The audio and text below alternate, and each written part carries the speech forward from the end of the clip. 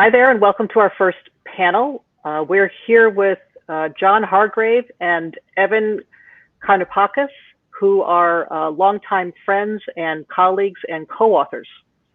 Could I ask you, John, to introduce yourself, and if you would, give us, there's the echo we talked about.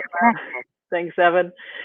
Give us a podcast or a book that you've been engaged with in the last 6 to 12 months that means something to you. Sure. Thanks, Wendy. I'm John Hargrave. I'm the CEO of Media Shower. We're a media and communication company. We specialize in blockchain, and I'm also the author of Blockchain Success Stories, along with Evan. We'll be talking about that later. And I am calling to you today from the inky blackness of space. I've been ejected from the airlock, and I am now floating around. But my co-presenter, Evan, is back on planet Earth. And a podcast or book I've been listening to reading is Principles by Ray Dalio. He is the founder of Bridgewater Capital, somebody I really admire. And this book, Principles, is all about his principles for life and business. He's created an enormously successful business and recently moved into Bitcoin and blockchain, which we'll be talking about today. So I really recommend it for helping develop your own principles in life and business. Thank you for that. Brilliant. And Evan, may I ask you to do the same, introduce yourself and give us a podcast and a book. My name is Evan Karnoupakis, and as John said, I am the co-author of Blockchain Success Stories. I am also a blockchain consultant working in a variety of different industries, and a book that I have very much enjoyed and found also very enlightening is The Infinite Machine by Camilla Russo, which is the whole background story of Vitalik Buterin and the founding of Ethereum. Not only because it let us know that we got our part right when we wrote about Ethereum in our book, but it's just also fascinating to learn about so many of the characters and the real story behind the story of Ethereum. Very cool. Thank you for that. I do want to get right to your learnings and findings and perspective on Bitcoin and blockchain, particularly as you express them in the book. And I want to read to you and read to our audience something I heard, not personally, Andreas Antonopoulos say from September of 2016. He was talking about Bitcoin and blockchain together, and he said, it isn't what it appears to be at first glance. Bitcoin isn't money. The blockchain isn't a system of currency. It is a platform of trust. It's not a company. It's not a product. It's not a service you can sign up for. It's not a currency. Currency is just the first application. It is the concept of decentralization applied to the human communication of value. What's he talking about?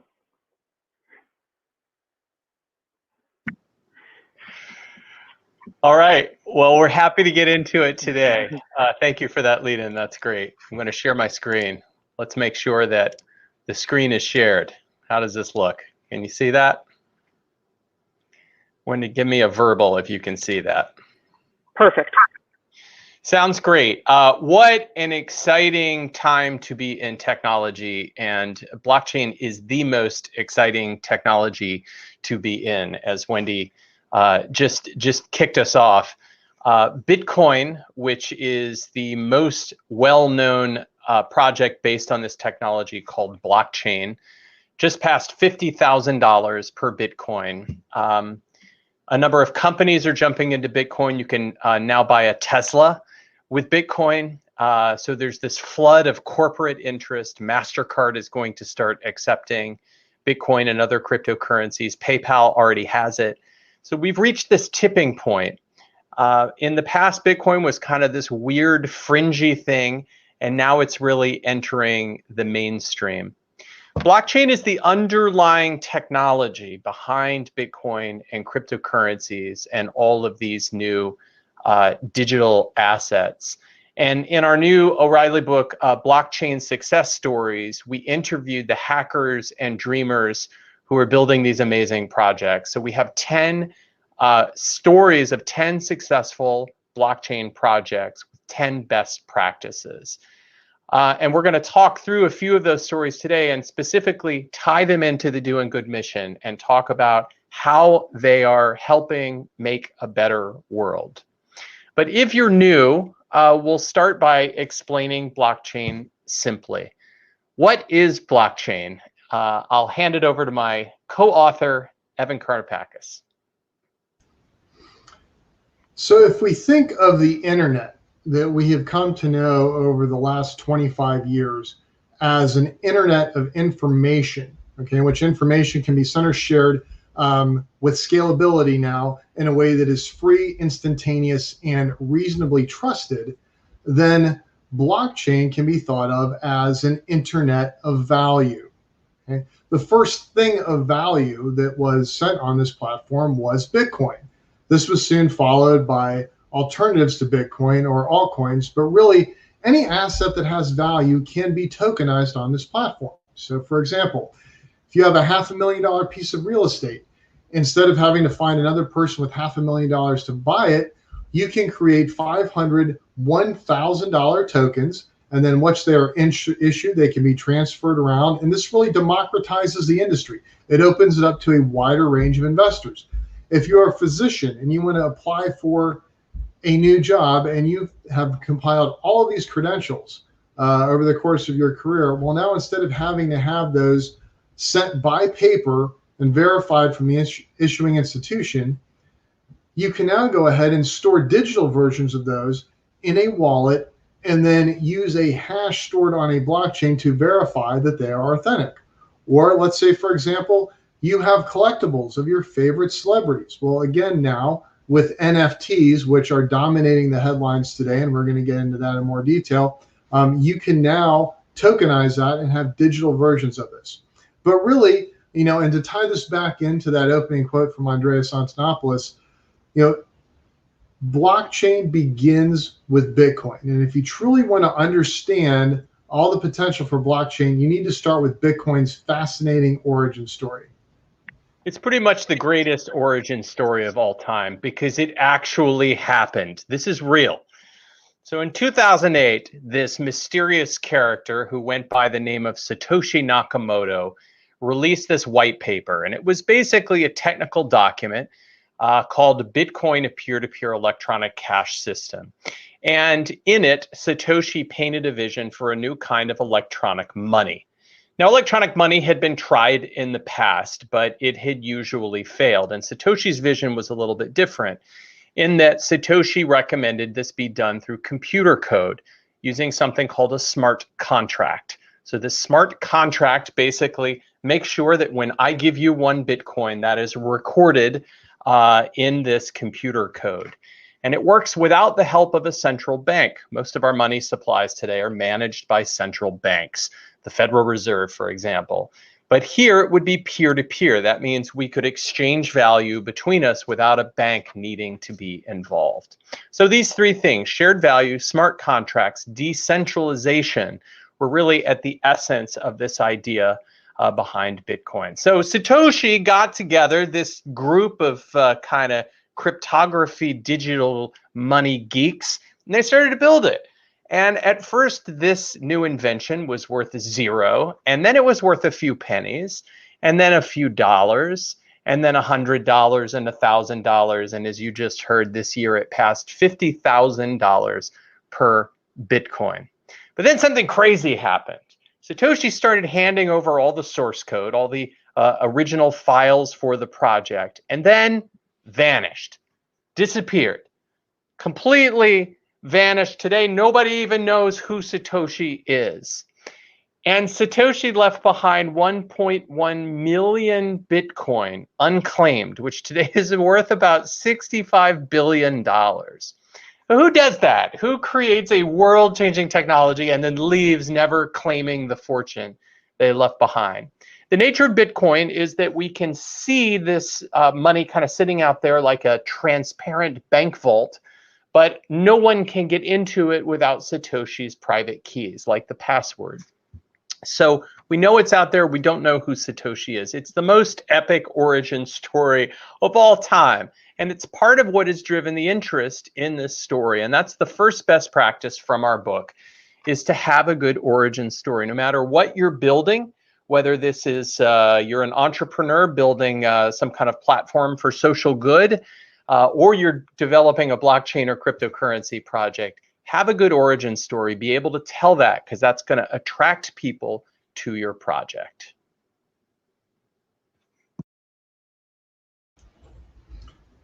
When we were approached by O'Reilly Media to write a book of case studies, John and I were excited by this, because when we were in business school, we found the case study method was an effective way to teach business concepts in a way that was both relevant and memorable.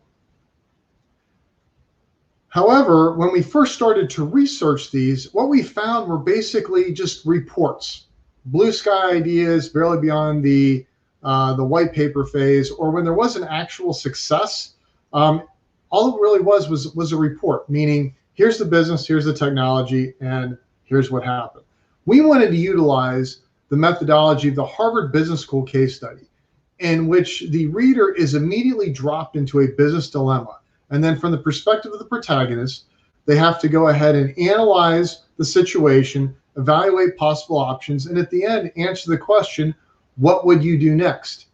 But we also wanted to add our own special flavor to this, to make it fun to read, much like a Moneyball or The Big Short, because again, that's what makes these stories stick. So after we completed our 10 case studies, we came up with our 10 best practices that were applicable across a variety of industries. But then we were also able to vet these practices in our own consulting work with businesses and governments, because we're not just writers and educators, we're also consultants and entrepreneurs who live blockchain every day. And our first story we want to share with you today is this company called Helium. This is Amir Halim and Sean Fanning, the founders. Sean Fanning, you may know, was one of the co-founders of Napster. And they had this idea. They wanted to build a new kind of internet for the Internet of Things. And they started this company called Helium. So if you think about the Internet of Things, this is what we call this whole interconnected network of small, low power, low bandwidth devices. And all of these devices need to send small amounts of data back to the internet. They don't need 4G connections. They don't need high-speed internet. They just need to send a few packets of data, maybe a few times an hour, to just let you know what the temperature is in your home or where your dog is located. So they saw an opportunity and said, how do we build a new internet for this Internet of Things? And what they had in mind was a kind of mesh network, which basically means people would create their own hotspots, much like maybe the router or repeater in your own home, your Wi-Fi router, as opposed to having to invest in like the infrastructure of like a traditional cell phone company with the cell towers and so forth. So this kind of peer-to-peer mesh network, which is very much like Bitcoin, as we just discussed. And Sean Fanning said, well, what if we could actually help people mine Bitcoin? So here's what they did. They came up with this device. It's called the Helium Hotspot. So you buy one of these, they cost about $300. You plug them in, and it will connect to other hotspots around you. So what it's doing is creating this kind of citizen-built mesh network. But here's the catch. You're rewarded for the traffic that you route through your hotspot. And you're rewarded with cryptocurrency. It's a special token, kind of like Bitcoin, called the Helium Network token. And they call it the People's Network. So this is a visual representation of the People's Network, showing the proliferation of hotspots across the United States. Now, at the time that we published our book about 4 months ago, there were 11,000 hotspots. Now there are over 18,000, and there would probably be more if these hotspots weren't constantly selling out. So what is the incentive to purchase these hotspots? Well, the answer is the opportunity to earn Helium Network tokens, or HNT. Okay? You earn these for doing real work. So once you plug in your hotspot and connect it, it starts to reach out and authenticate other hotspots for which you earn tokens. And then you also earn tokens for when you transmit data over this network. Now, at the time that we wrote this case study, the price of HNT was 13 cents. At the time we published, it was about $1.30, and now it's up over $7. So that is how you create the supply side of this market. But then the question becomes, what about the demand side? In other words, who is going to pay to use this network? Well, the answer is a company like Lime. Lime is a scooter rental company, and a city like Austin, Texas, they have scooters throughout the city that they need to keep track of, as well as monitor their peak usage times. They can do this for a few cents a month on the people's network instead of for a few dollars a month on a traditional wireless network. Now, also because Helium is a permissionless network, meaning that anyone can join it, once a scooter is authenticated one time, it can roam about the city, remaining in the network, not having to re-authenticate every time it moves from hotspot to hotspot. Okay? Now, consistent with this idea of being permissionless, they also made a key strategic decision. And that decision was to open source the hotspot, meaning the chip, the sensors, and the software, with the goal of it becoming a global standard. Why? Because the CEO, Amir Halim, said the larger the network, the more valuable it becomes. And this leads to what we call the magic of open source. Okay? You get some of the best programming talent and crypto talent in the world working together to solve a common problem, which then anyone can use as the infrastructure for the technologies that come next. Now, this quote came from Learning Machine, another case study in our book about blockchain-based credentialing, where their block search solution used a free and open source software license from MIT with the goal of it becoming a global standard. Why? Because that gives you the benefit of what we call future-proofing your business or project, which leads us to our next best practice, which is open it up. Be as open source, decentralized, and permissionless as it makes sense for you to be. This will enable your project to benefit from what we refer to in the book as blockchain network effects. You will have more users, which will make your blockchain more stable and secure, which will increase the likelihood of your product or service becoming the industry standard, resulting in your long-term success. They also have just a really beautiful user interface, and all of the blockchain success stories in our book spend a lot of time on the product. So blockchain can get very geeky, very technical, but they have hid that complexity underneath just a really beautiful front end. So that is our best practice number 3, is hide the complexity. My favorite story in the book is this one called CryptoKitties.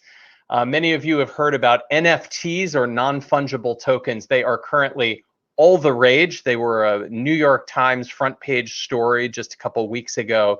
And this was the very first NFT project. This was the origin story. And it starts with these two guys, Mac Flavel and Roham Garagazalu. And there's a funny story that opens this chapter in our book, where CryptoKitties becomes the first viral sensation around blockchain, and takes everyone by surprise. So Mac Flavel over here on the left is staying with his dad. He's walking up the stairs and he gets 2 emails back to back. The first one says, "We are just about to crash the entire Ethereum network." Ethereum is one of the largest blockchains out there. And the second one says, "We just sold a kitten for $30,000. And Matt gets to the top of the stairs and looks at his dad and says, "Everything is broken." And it was really a harrowing experience. They were so popular, and it's amazing how popular it became, how quickly, and how they solved these problems. The basic idea was that cats have sex on the blockchain. He's a really funny guy, saw like everything viral involves cats in some way. And so he said, let's do this game where we will allow people to buy, sell, and breed these virtual kittens. They're like digital cats. So some of these cats are worth just a few dollars, as you can see here. And some of them, the rare breeds, can be worth tens or even hundreds of thousands of dollars. You're paying for these collectibles. But in turn, you can then breed them to make new cats, just like real kittens. And there's genetic algorithms. So if you've got a rare cat, you are likely to produce rare offspring that you can then sell on their open marketplace. And this may seem silly, but 62,000 ETH or Ethereum worth of CryptoKitties have been sold today. That's about a total price of $110 million. But the story of how this became an overnight success and then almost took down the Ethereum network is a really fascinating one. Evan will talk us through how they solved that problem.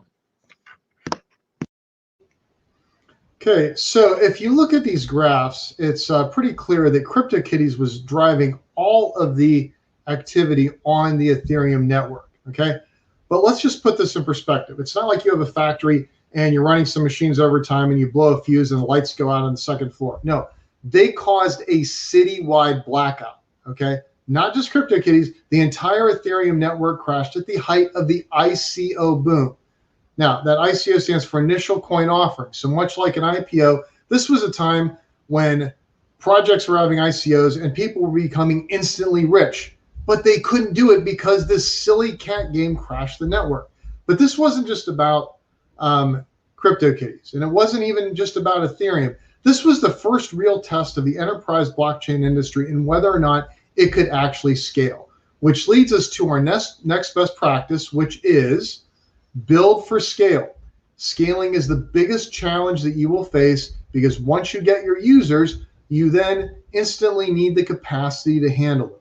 Now, what Ethereum did is first they began by educating users as to why this was occurring so they could understand when the peak times were so they could avoid those. Second, they added this simple little button that lets you increase the gas price or the number of Ether that you would use to process your transaction. From there, they worked with some other industry leaders to bring in side chains to reduce the bottlenecks. But ultimately, their solution was to build a brand new infrastructure with greater capacity, which they would call Flow. And they have since moved CryptoKitties off of Ethereum and onto the Flow blockchain. Now, another competitive advantage that CryptoKitties really got right was with their organizational structure. As they like to say, Mac was the kitty guy, and Dieter Shirley was the tech guy. So on the marketing side, okay, you had this team that could create cute cats with an easy-to-use interface and viral marketing to create an epidemic of demand, okay?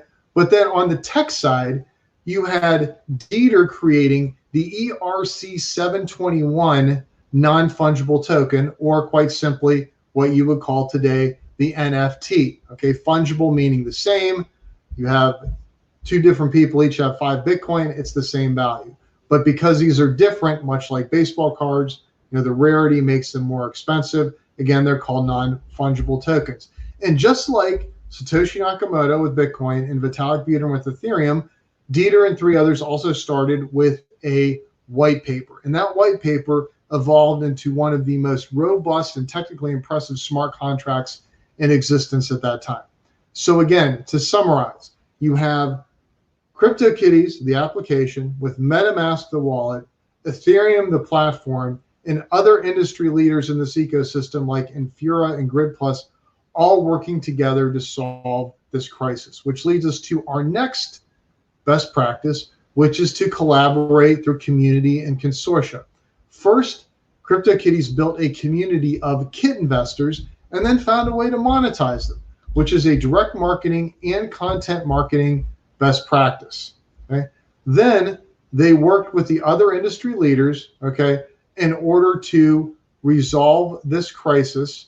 And there's some other examples within our book, also including ways to work with consortia such as the fintech industry leaders Circle and Coinbase working together to form the Center Consortium to issue USDC or US dollar coin stable coins with the goal of them becoming the industry stablecoin standard. Yeah, and for me, the takeaway is because they solved the scaling issues, these NFTs, this invention that CryptoKitties started are now exploding. So if you go to a site like OpenSea, that's OpenSea.io, you can see hundreds and thousands of these NFTs.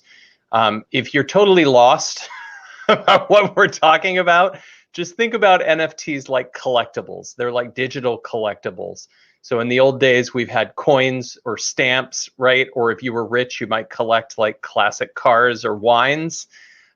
This is the same concept, except instead of physical objects, you're now collecting digital objects. So virtual kittens in the first example, and many, many other types of collectibles today, such as art or music, or even like virtual real estate, all kinds of things.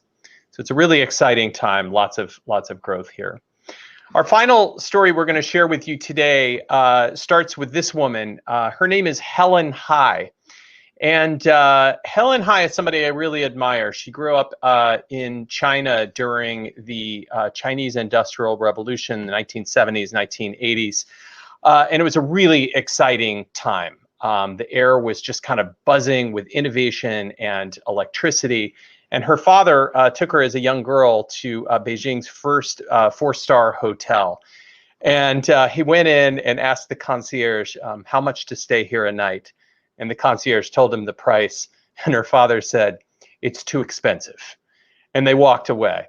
And the event was really formative for Helen Hai, because as she turned around and looked at this ornate marble lobby, she basically thought, that will never belong to me.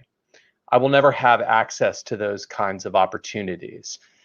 And as she grew older, she thought back to that moment a lot and wondered how many other young Chinese girls felt also like they would not have access to that world of opportunity. Well, Helen did very well for herself, and she ended up years later at the Davos summit in Davos, Switzerland, where she met this fellow named Changpeng Zhao. And CZ, as he is known, is one of the most interesting entrepreneurs alive today. He started a digital currency exchange called Binance. So if you don't know about him, he's really, really interesting. And he basically said, I want to create a new charity. I want to give back in addition to creating this Binance exchange. And so the two of them worked together to create something called the Binance Charity Foundation. So you can go see it at binance.charity. And the basic concept is really simple. It's the first charity that lets you donate in cryptocurrency. And Evan will tell you a little bit more about how it works.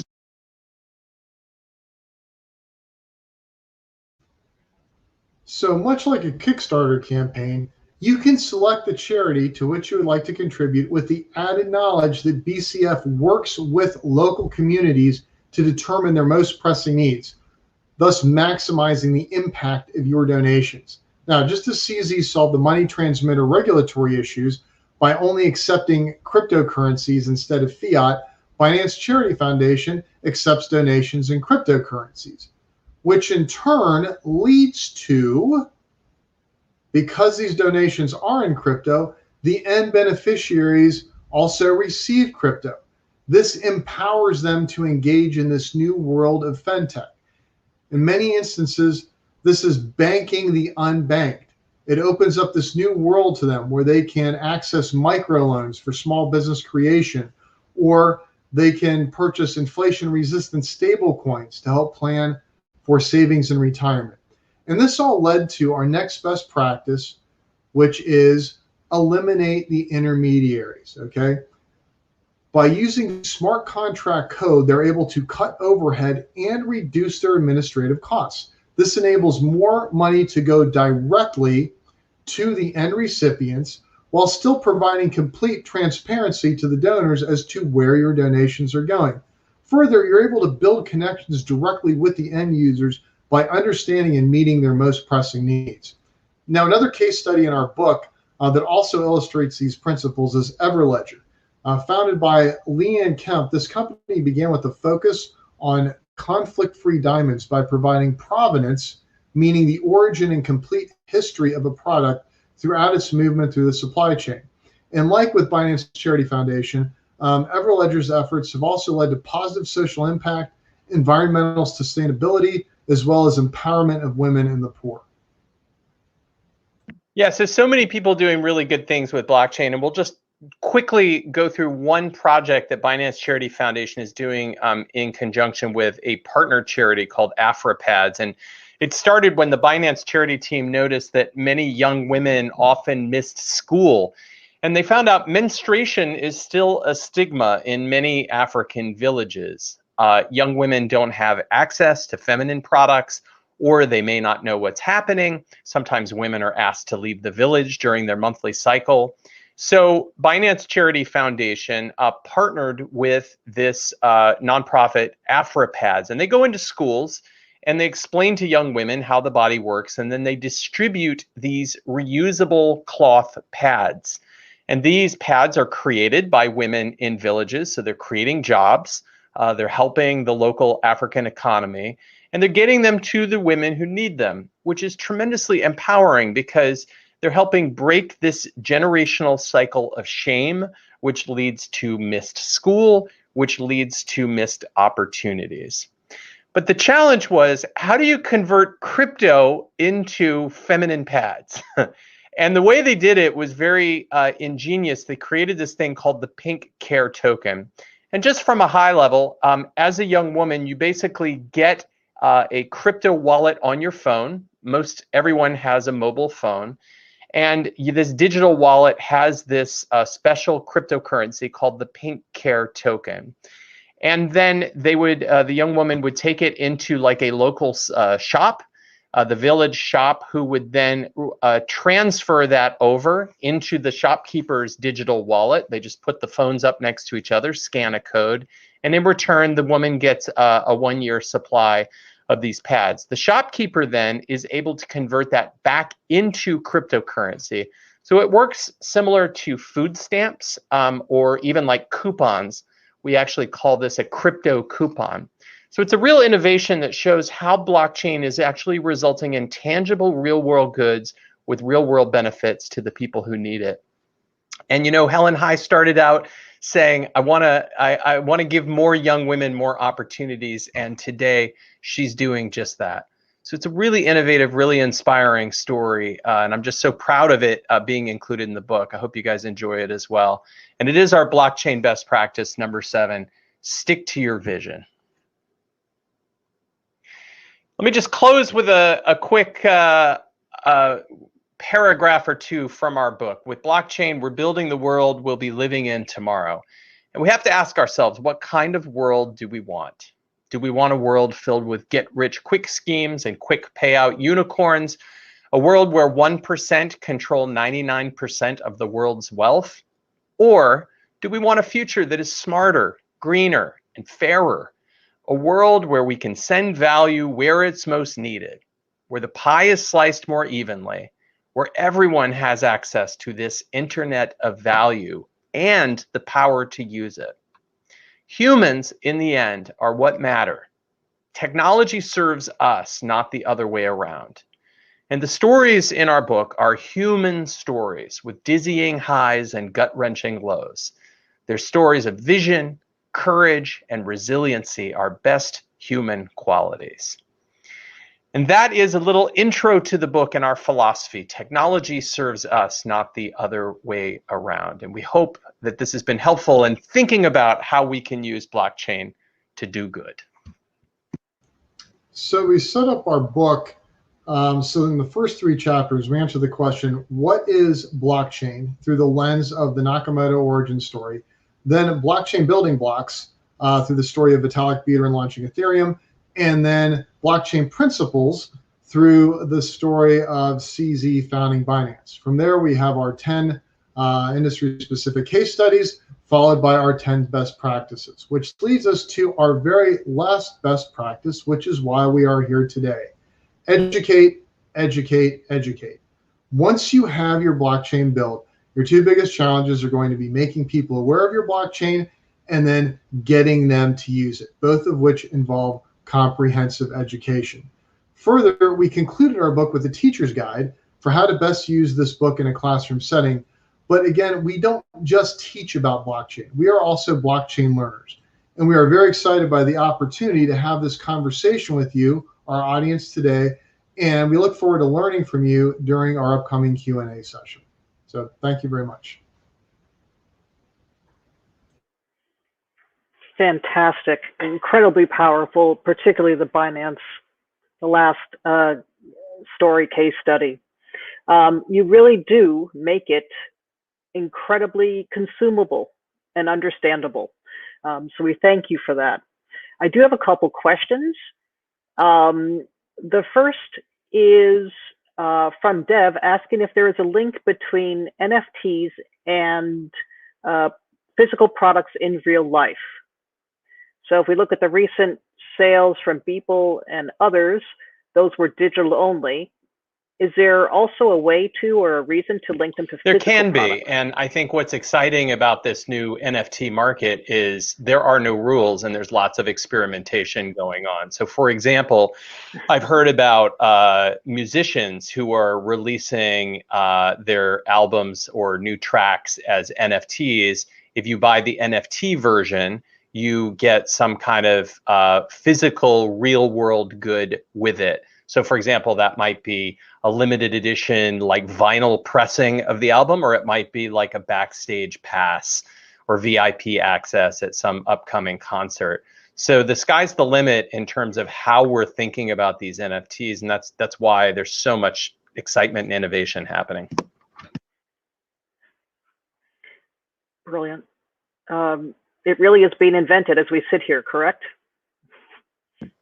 Yeah, it's happening, and there's a great New York Times story. I just mentioned it from a few weeks ago about the $62 million art sale that you just mentioned of an artist called Beeple, who was previously pretty much unknown and suddenly is the third richest artist in the world, living artist in the world, because of this sale of one of his artworks, which was turned into an NFT and sold on the Ethereum blockchain. And that's really just one thing that's happening in this massive space right now that's really generating a lot of headlines.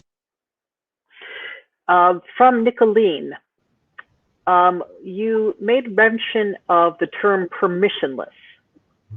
Can you talk to us a little bit about that, Evan? Yes. The original idea of permissionless, it came out of actually the original vision for Bitcoin, which is that anyone is allowed to join, okay? And there are some people who say, well, if it's not completely 100% then decentralized open source permissionless, then it's not really blockchain. But yet there are so many elements of blockchain which would be beneficial. There are reasons why you still want to incorporate certain elements, but not others. And a great example of this is in our book, The Story of Votes, okay? They have a number of blockchain best practices that they have utilized, but you cannot have a permissionless voting blockchain, okay? There need to be certain rules about who can operate nodes. They need to be inside this country. You can't have foreign actors running nodes for our system. Also with with a lot of your complex supply chains, again, you have to have, they're very protective of their data, the information, the prices, yet they need to coordinate it. But yet there are so many benefits of using the other aspects of blockchain. So that is why we use these terms permissionless and permission. And we talk about in our book the idea of finding your specific sweet spot, okay? Which again, we say be as open source, decentralized, permissionless as it makes sense for you to be. But when it doesn't, that's when you need to move, more to the side. So you're definitely going to be leaning towards those three, but it doesn't have to be 100% there to be the optimal solution to meet your project's needs. Yeah, permissionless is a confusing word. It just means you don't need permission. That's it. Well, when you say it like that, it's not that confusing. Blockchain's got a lot of jargon that we try to unpack in simpler terms. Would you be able to give us some more examples? Not that blockchain success stories aren't giving us enough. Could you give us a couple micro success stories, if you think so, around disruptions in, for instance, media and healthcare?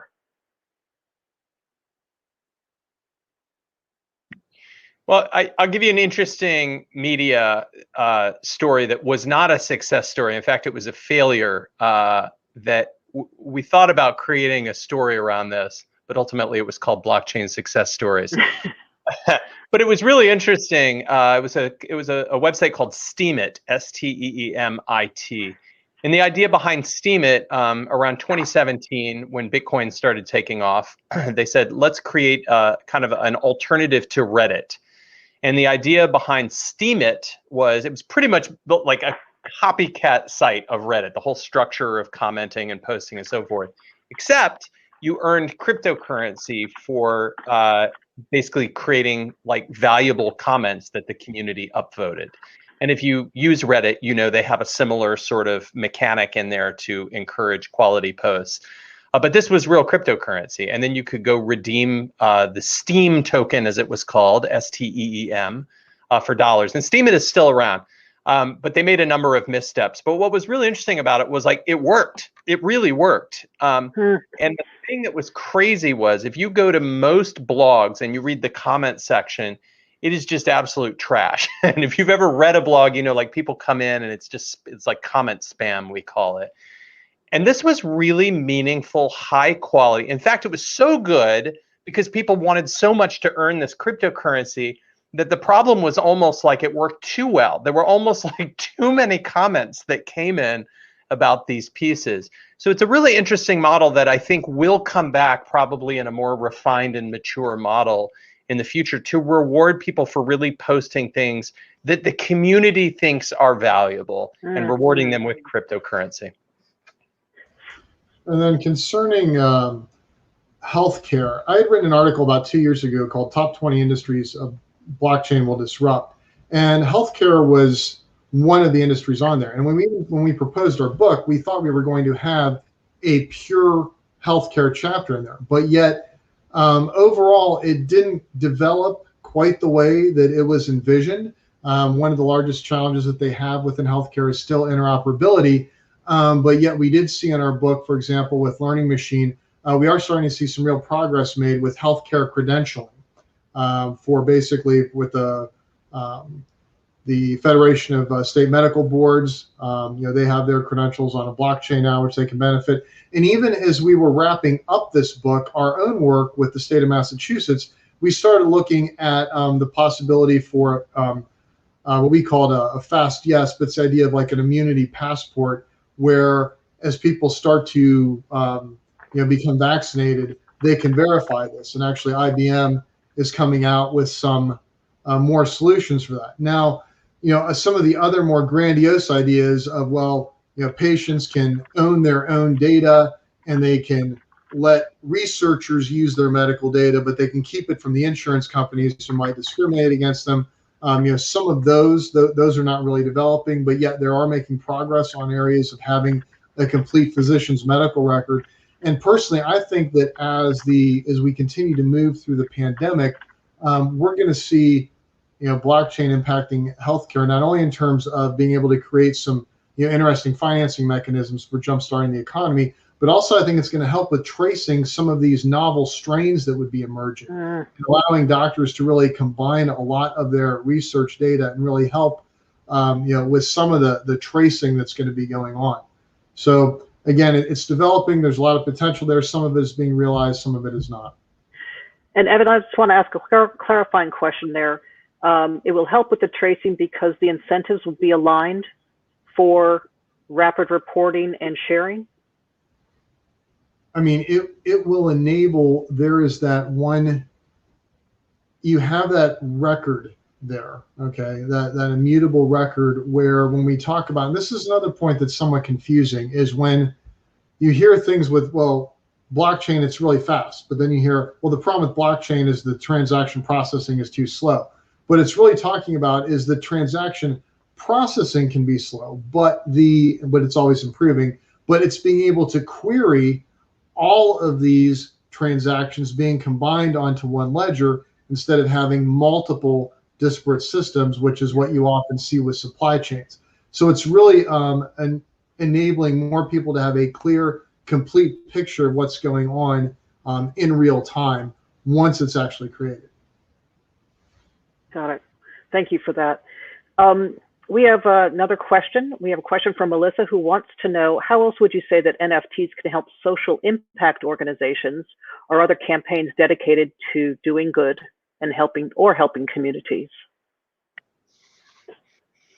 Yeah, that's a good question. I wrote a piece on investing in NFTs recently. I've been sharing links here in our chat. I hope we can get them out to the We audience will. here. Yeah, We'll post great. them.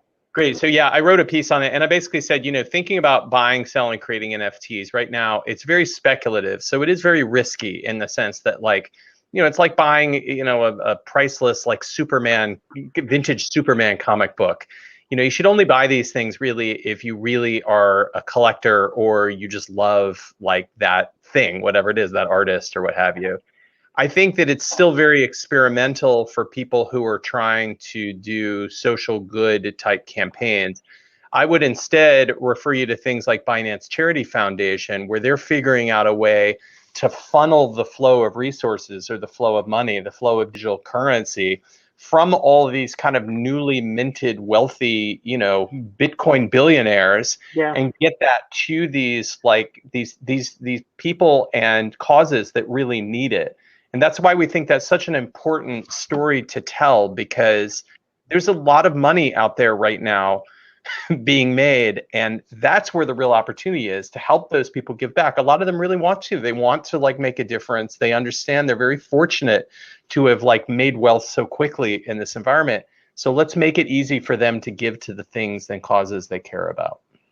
Yeah, I want to ask about winners and losers, because there's a real contrast between the stories from blockchain success stories and the doing good that we're talking about, and some of the notable doing good that can be achieved. And then I'm struggling with people telling us yesterday or today that he quickly monetized in a different currency his big gain from that $69 million sale. And I'm wondering, what could we do to accelerate? And I don't mean to take away anything from him and his success.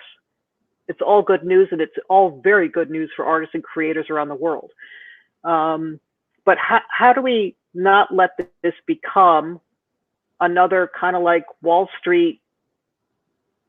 Wall Street does really well, but that doesn't mean the high street's doing really well. Yeah. Well, that's that final passage I read in our presentation today about, today 1% of the wealth is 99% of the wealth is owned by 1%. And that's literally true. And you can see that starting to happen in crypto markets as well, where we call them whales, the people who own a lot of Bitcoin and a lot of Ethereum, a lot of these cryptocurrencies. And they are increasingly the real power players. They're moving the market. And so once again, we see almost like a natural law that the rich get richer. And what we're trying to do is help people understand how this happens and how to think about these things in a smart way. And if you are going to invest in these, how to invest in them in a smart way. Evan and I have spent a lot of time, we've really dedicated a lot of our time and energy in thinking to trying to come up with good principles to explain this to people, so that they don't chase this like a gambling casino. And I think that that's where people really run into problems, and they give their money away to the wealthy by thinking they're going to come in and get rich quick. And it's much better to think about this from, like, what kind of value are we building? What kind of projects are we investing in that are going to make the world better? Why do we think they're going to make the world better? And how do we sort of evaluate them through that lens? That's what we're really focused on. So I hope that over a long period of time, repeating those messages again and again will help to move the needle to make this new space more equitable. And we both lived through the dot-conomy and then the subsequent dot-conomy collapse. And then we remember the ICO boom, and you had a lot of people that were purchasing these coins thinking of them like stocks, and yet they didn't own a piece of this company, this project. And a lot of people just took that money, and then nothing ever developed, and it disappeared. And when Hester Pierce came out with her safe harbor proposal about a year ago, the 3-year safe harbor proposal, it was SEC Commissioner Hester Pierce. John wrote a paper, and I contributed to it. And some of the principles in there were, one was disclosing for these blockchain projects, like basically making it transparent. What are you doing? How are you using this money? What are your plans so that people can see that this is a real project and not just throwing blockchain or crypto or something into the title of your company and then getting money and then disappearing with it. The second was an idea he proposed, which I really liked, was instead of investor accreditation, investor education. So encouraging people to become educated, in what they do there, so that way, again, you're democratizing it. You're not just leaving it to only accredited investor, just like real estate was something where you need a lot of money to be in real estate to make money, but with blockchain you don't. And then last was kind of looking at some of the ideas of what does it really mean to be decentralized in a way that you can truly show that you are opening this up and really bringing in those democratizing, wealth sharing effects to everyone, so that everyone can benefit from this new economy. You know what? I want to pick up on what you're saying there, Evan, about education, because in my experience, just in this past 6 months, just buzzing through a lot of different, I guess, trying to learn about a lot of different bleeding edge technologies, even the people who are at the edge of the edge are constantly saying, we just got to keep educating people. We got to keep learning. I want to pick up on that point you made with this last question.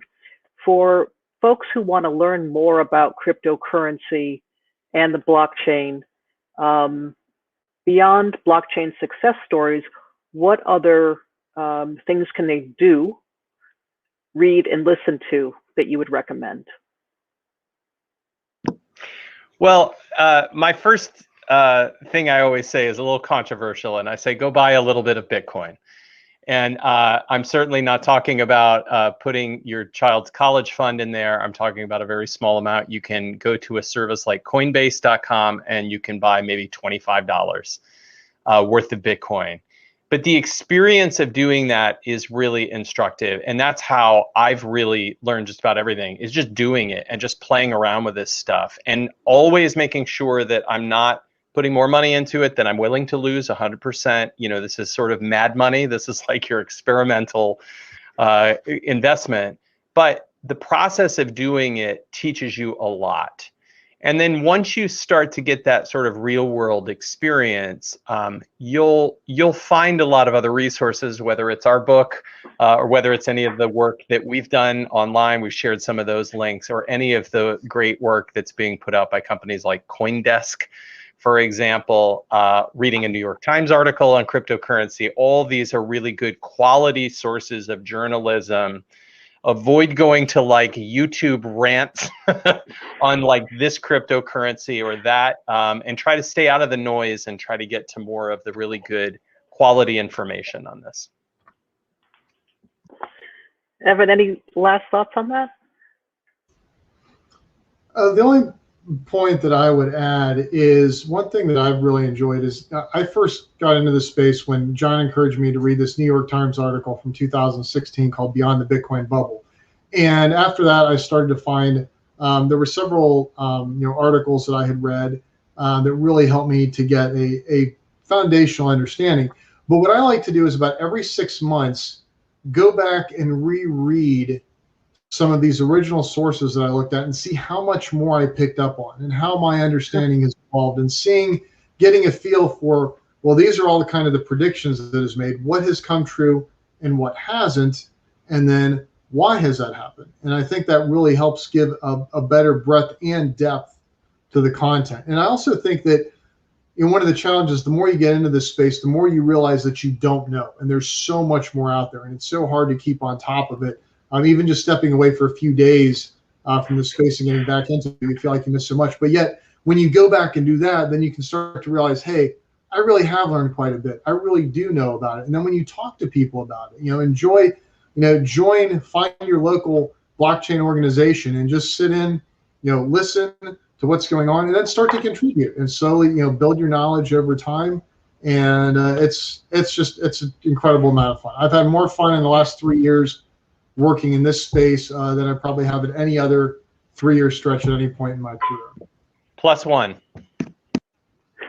That's what I picked up from your introduction, that you are genuinely having fun. This is doesn't look like a lot of work, but it does look like you are at the edge of your comfort zone every 6 months. We owe you a huge debt of gratitude for making this all manageable and giving us a road forward in how to educate ourselves. Evan and John, thank you so much. Can we invite you back in the future? Of course. Definitely. Yeah. Thank you, Wendy. It's great. Right. Great luck with the book. It's a brilliant piece. Blockchain stories, success stories, forgive me. Blockchain success stories. Thanks again. Thanks.